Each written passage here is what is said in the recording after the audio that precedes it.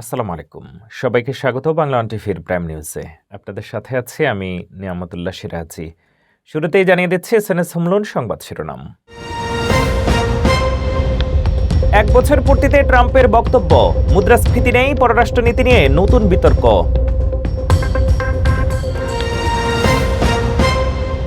যুক্তরাষ্ট্রে নিত্যপণ্যের দাম আবার ঊর্ধ্বমুখী। 2022 সালের পর খাদ্য দাম দ্রুততম হারে বেড়েছে। ইরান যুক্তরাষ্ট্র উত্তেজনা, ট্রাম্প হুঁশিয়ারি দিলেন, হামলা করলে ইরানকে নিশ্চিহ্ন করার নির্দেশ আছে। আজ থেকে যুক্তরাষ্ট্রে বাংলাদেশ সহ 75 দেশের ভিসা স্থগিত, সর্বোচ্চ $15,000 ভিসা বন্ড কার্যকর। এতক্ষণ শুনছিলেন শিরোনাম, এবার ফিরছি বিস্তারিত সংবাদে। যুক্তরাষ্ট্রের প্রেসিডেন্ট ডোনাল্ড ট্রাম্প তার দ্বিতীয় মেয়াদের 1 বছরের বার্ষিকীতে সংবাদ সম্মেলনে উপস্থিত হন। তিনি দাবি করেন, তার প্রশাসন যুদ্ধ শেষ, সশস্ত্র শক্তি বৃদ্ধি এবং আন্তর্জাতিক শান্তিতে উল্লেখযোগ্য কাজ করেছে।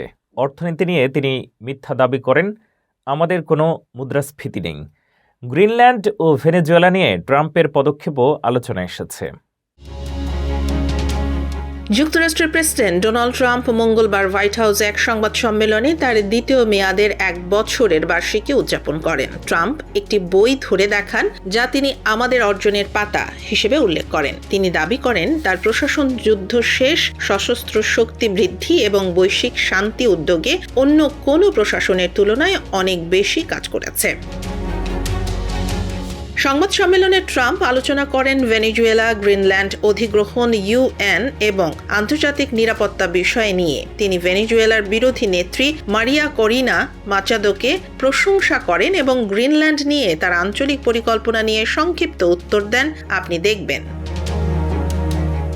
অর্থনীতি নিয়ে প্রশ্ন করা হলে ট্রাম্প মিথ্যা দাবি করে বলেন, আমাদের কোনো মুদ্রাস্ফীতি নেই, খুব কম মুদ্রাস্ফীতি আছে। তবে ডিসেম্বর 2025 অনুযায়ী ভোক্তা মূল্য সূচক 2.7% বৃদ্ধি পেয়েছে। ট্রাম্প তার প্রশাসনের অর্থনৈতিক কাজের জন্য মিডিয়া ও জনসংযোগ কর্মকর্তাদের দোষারোপ করেন। তিনি বলেন, তার নীতি সবচেয়ে শক্তিশালী, দ্রুত এবং সহজ।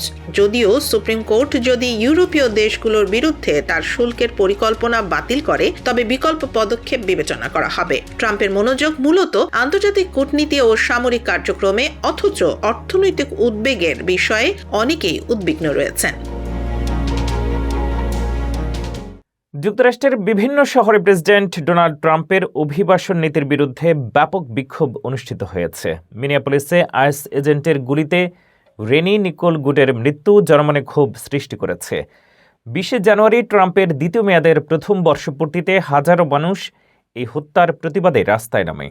ওয়াশিংটন ডিসি, নর্থ ক্যারোলাইনার অ্যাশভিল, সান ফ্রান্সিসকো ও সিয়াটলে শিক্ষার্থী, শ্রমিক ও বামপন্থী সংগঠনের সদস্যরা অংশ নেন। বিক্ষোভকারীরা আইস চায়না এবং ফ্যাসিবাদী যুক্তরাষ্ট্র চায়না স্লোগান দেন। ওহাইওর ক্লিভল্যান্ডে বিশ্ববিদ্যালয়ের শিক্ষার্থীরা এবং নিউ মেক্সিকোর সান্তা ফেতে হাই স্কুলের শিক্ষার্থীরা ক্লাস বর্জন করে প্রতিবাদে অংশগ্রহণ করেন। টেক্সাসের এল পাসোর অভিবাসী বন্দি শিবিরে 3 বন্দির মৃত্যুর ঘটনায় এই বিক্ষোভ আরও তীব্র হয়েছে। ট্রাম্প প্রশাসন জানায়, অবৈধ অভিবাসীদের বিতাড়িত করতে তাদের জনসমর্থন আছে, তবে অধিকাংশ আমেরিকান বল প্রয়োগের বিরোধী।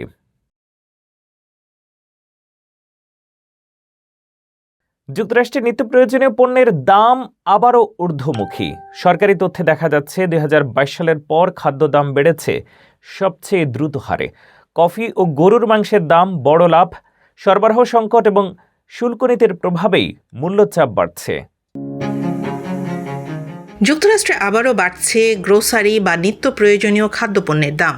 সরকারি তথ্য বলছে, 2022 সালের পর সবচেয়ে দ্রুত মাসিক হারে খাদ্যদাম বেড়েছে, যা প্রেসিডেন্ট ডোনাল্ড ট্রাম্পের সাম্প্রতিক দাবির সঙ্গে সরাসরি সাংঘর্ষিক। ট্রাম্প দাবি করেছিলেন, তার প্রশাসনের উদ্যোগে গ্রোসারির দাম দ্রুত কমছে, কিন্তু ইউএস ব্যুরো অফ লেবার স্ট্যাটিস্টিক্সের তথ্য বলছে ভিন্ন কথা। ডিসেম্বরে যুক্তরাষ্ট্রের সামগ্রিক মূল্যস্ফীতি দাঁড়িয়েছে 2.7%, যা ফেডারেল রিজার্ভের লক্ষ্যমাত্রা 2% চেয়েও বেশি।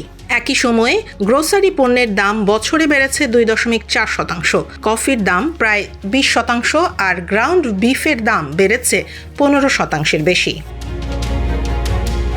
বিশেষজ্ঞরা বলছেন এই মূল্য বৃদ্ধির পেছনে সবচেয়ে বড় কারণ হলো সরবরাহ ও চাহিদার ভারসাম্যহীনতা। 2022 সালের ভয়াবহ খরার কারণে গবাদি পশুর সংখ্যা কমে যায়, যার প্রভাব এখনো কাটেনি। অন্যদিকে ভোক্তাদের চাহিদা শক্তিশালী থাকায় গরুর মাংসের দাম আরও বেড়েছে।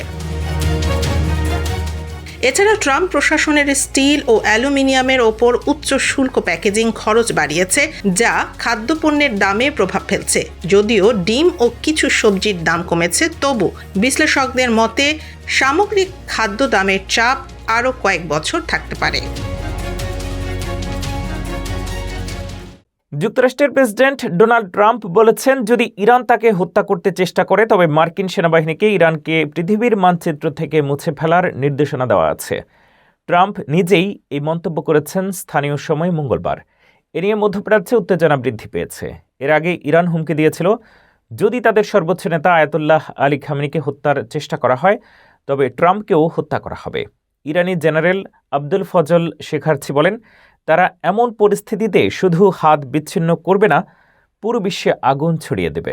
ট্রাম্পের এই মন্তব্যে 2020 সালের ঘটনার প্রেক্ষাপটেও এসেছে, যখন ইরাকের বাগদাদে কাসেম সোলেমানি নিহত হন। ট্রাম্প আগেও বলেছিলেন, তার উপর আক্রমণ হলে ইরান নিশ্চিহ্ন হয়ে যাবে। এই নতুন হুঁশিয়ারি আন্তর্জাতিক রাজনৈতিক উত্তেজনা আরও বাড়াতে পারে।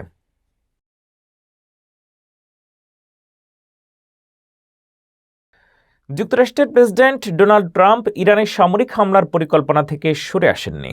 তিনি হোয়াইট হাউস ও প্রতিরক্ষা মন্ত্রণালয়কে তেহরানে একটি চূড়ান্ত হামলার প্রস্তুতি নেওয়ার নির্দেশ দিয়েছেন। মার্কিন কর্মকর্তাদের বরাতে ওয়াল স্ট্রিট জার্নাল জানিয়েছে, ট্রাম্প এই সম্ভাব্য অভিযানের পরিকল্পনা প্রণয়নের সময় কয়েকবার এটিকে চূড়ান্ত হামলা হিসেবে উল্লেখ করেছেন।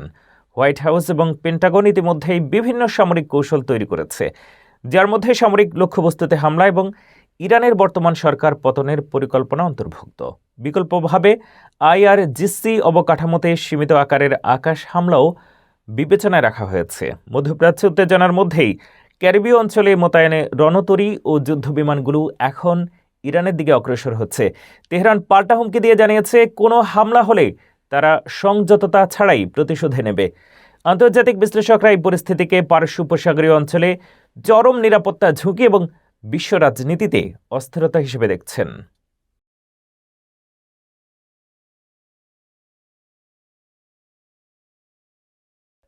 যুক্তরাষ্ট্রের অভিবাসন ভিসা প্রক্রিয়া বাংলাদেশ সহ 75 দেশের জন্য আজ থেকে স্থগিত করা হয়েছে। একই সঙ্গে বাংলাদেশ ও অন্যান্য 38 দেশের ব্যবসায়ী ও পর্যটক ভিসার ক্ষেত্রে সর্বোচ্চ $15,000 ভিসা বন্ড আজ থেকে কার্যকর হচ্ছে। বন্ড জমা দেওয়ার নিয়ম, বিমানবন্দর ও ফেরতের শর্ত নিয়ে বিস্তারিত দেখুন ফারজানা আফরোজের রিপোর্টে।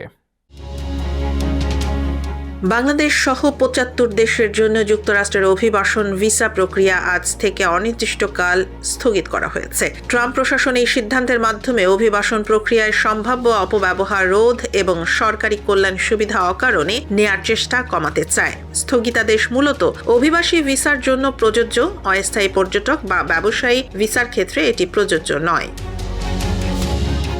সেই সাথে বাংলাদেশ সহ প্রায় 38 দেশের নাগরিকদের জন্য ব্যবসা বা পর্যটন ভিসার ক্ষেত্রে $15,000 পর্যন্ত ভিসা বন্ডের শর্ত আজ থেকে কার্যকর হচ্ছে। ভিসা বন্ড মূলত নিশ্চিত করে যে ভিসাধারীরা যুক্তরাষ্ট্রের নির্ধারিত সময়ের জন্য অবস্থান করবে। আবেদনকারীরা সাক্ষাৎকারের আগে এই অর্থ জমা দেবেন, যা ভিসা না পেলে ফেরতযোগ্য। মার্কিন দূতাবাস জানিয়েছে, ভিসা বন্ড প্রদানের ক্ষেত্রে 3টি বিমানবন্দর নির্ধারণ করা হয়েছে: Boston Logan, John F Kennedy এবং ওয়াশিংটন ডুলস। এই বিমানবন্দরগুলোর বাইরে প্রবেশ বা প্রস্থান করলে বন্ডের শর্ত লঙ্ঘন হিসেবে গণ্য হবে। স্থানীয় অভিবাসীরা বলছেন, দীর্ঘদিনের অপেক্ষার পর ভিসা প্রক্রিয়ায় স্থগিত হওয়ায় তাদের পরিকল্পনা এখন অনিশ্চিত ও দীর্ঘমেয়াদী চাপের মুখে পড়েছে। নতুন ভিসা বন্ড পদক্ষেপের কারণে ব্যবসায়ী ও পর্যটকরা এখন আরও সতর্কভাবে ভিসা প্রক্রিয়া সম্পূর্ণ করতে বাধ্য।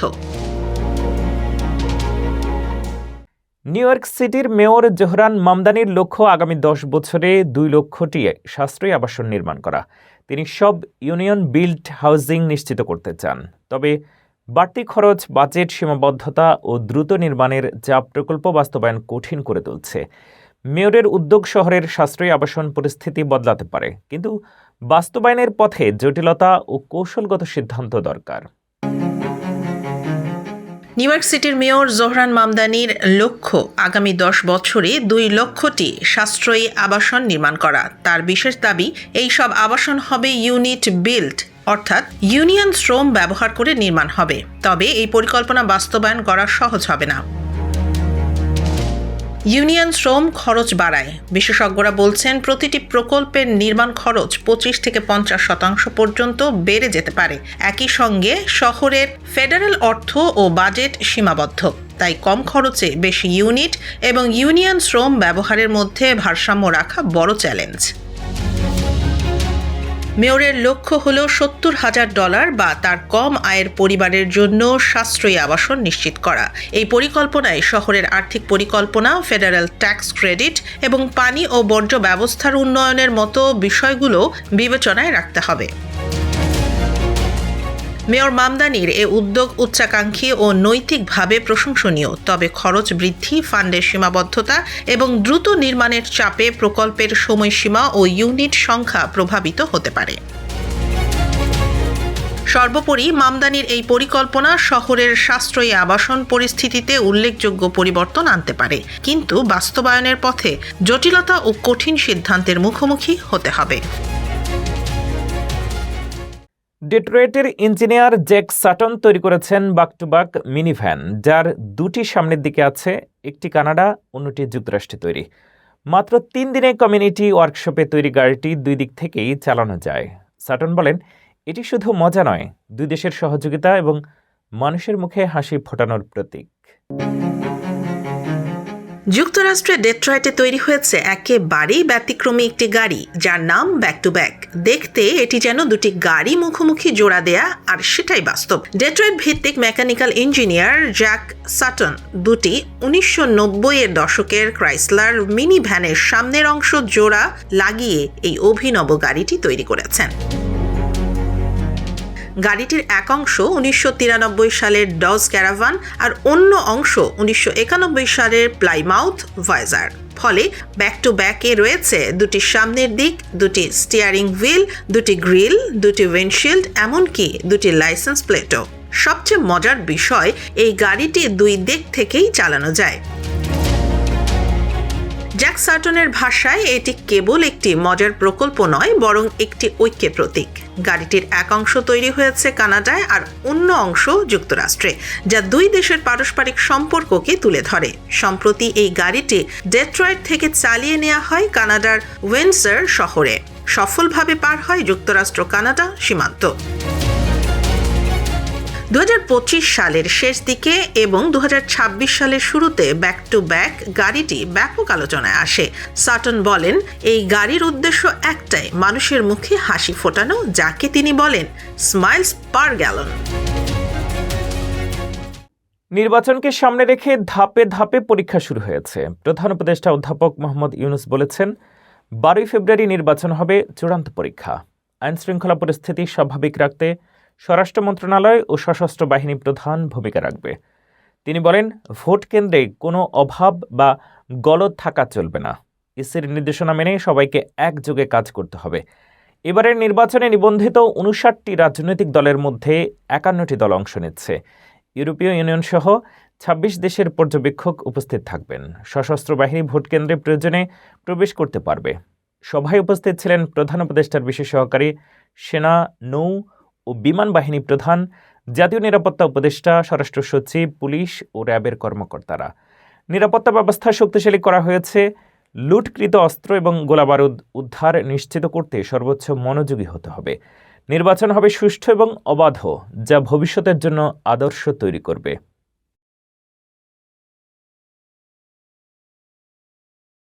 ঢাকার বিশেষ জজ আদালত 9-এ বুধবার শেখ হাসিনা সহ 286 জনের বিরুদ্ধে রাষ্ট্রদ্রোহ মামলার অভিযোগ গঠনের শুনানি শুরু হয়েছে। আদালতের রাষ্ট্রপক্ষ ঢাকা মহানগর পাবলিক প্রসিকিউটর উমর ফারুকের অভিযোগ গঠনের পক্ষে শুনানি পরিচালনা করেন। মামলায় গ্রেফতার 30 আসামির মধ্যে 20 জনের অব্যাহতির শুনানি হয়েছে। আদালত আগামী 9 ফেব্রুয়ারি বাকি 10 আসামির অব্যাহতির শুনানি নেবে। অভিযোগে বলা হয়েছে, 2024 সালের 19 ডিসেম্বরে যুক্তরাষ্ট্রে জয় বাংলা ব্রিগেডের জুম মিটিংয়ে শেখ হাসিনা দেশ বিরোধী বক্তব্য দেন এবং বর্তমান অন্তর্বর্তী সরকারের প্রধান উপদেষ্টাকে উৎখাতের নির্দেশ দেন। মামলায় কারাগারে থাকা ৩০ আসামির মধ্যে সাবেক সংসদ সদস্যসহ বিভিন্ন জেলা ও সংগঠনের নেতাকর্মীরা রয়েছেন। এছাড়া ২৫৬ জন দেশের বাইরে আছেন। আদালত অভিযোগ গঠন করলে বিচার প্রক্রিয়া শুরু হবে। মামলা গত ৩০ জুলাই সিআইডি থেকে অভিযোগপত্র দাখিল করা হয়।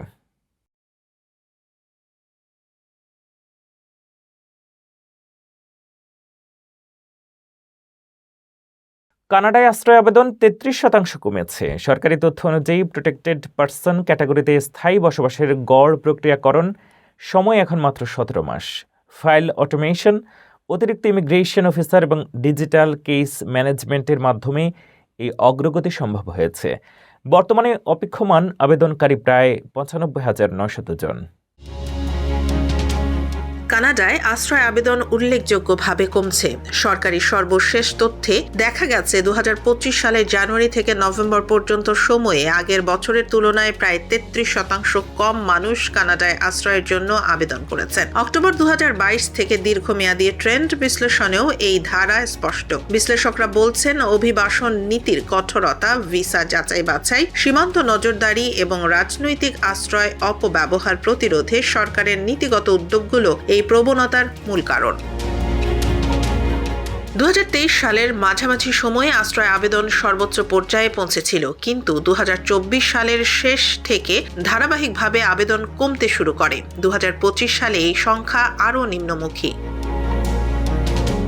আশ্রয় আবেদন কমলেও ইতিমধ্যেই স্বীকৃত সুরক্ষিত ব্যক্তি ও কনভেনশন শরণার্থীদের জন্য এসেছে সুখবর। ২০২৬ সালের ১৪ জানুয়ারির সরকারি আপডেটে দেখা গেছে, কুইবেক ছাড়া সব প্রদেশে প্রোটেক্টেড পার্সন ক্যাটাগরিতে স্থায়ী বাসিন্দা পেতে গড় প্রক্রিয়াকরণের সময় এখন মাত্র ১৭ মাস।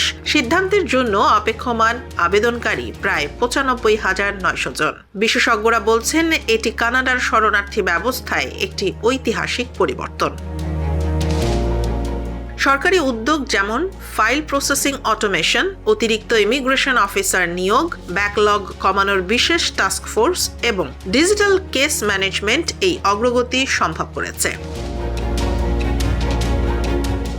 এ ছিল বাংলা টিভির প্রাইম নিউজে। পরবর্তী প্রাইম নিউজ দেখার আমন্ত্রণ জানিয়ে শেষ করছি এখানেই। এতক্ষণ সাথে থাকার জন্য ধন্যবাদ।